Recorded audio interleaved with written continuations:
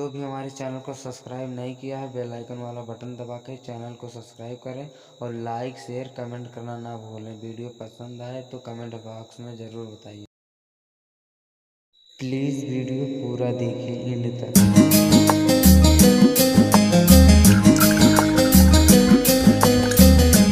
केहू कहे तो देखा दी सीना फाड़ के, दाग गहरा मिलल बाट प्यार के।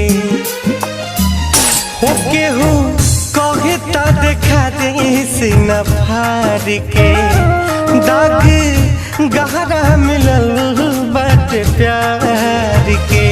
उता तो सदा के डोली में सवार हो गइल, उता तो सदा के डोली में सवार हो गइल। तीर हमरा करे जावा के पार हो गइल, तीर हमरा करे जावा के पार हो गइल।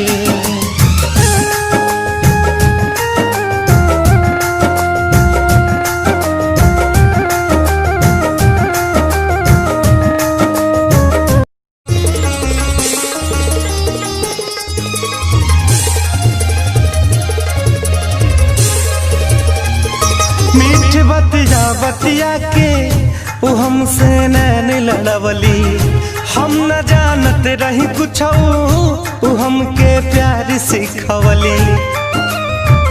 मीठ बतिया बतिया के वो हमसे नैन लड़वली, हम न जानत रही कुछ वो हमके प्यार सिखवली।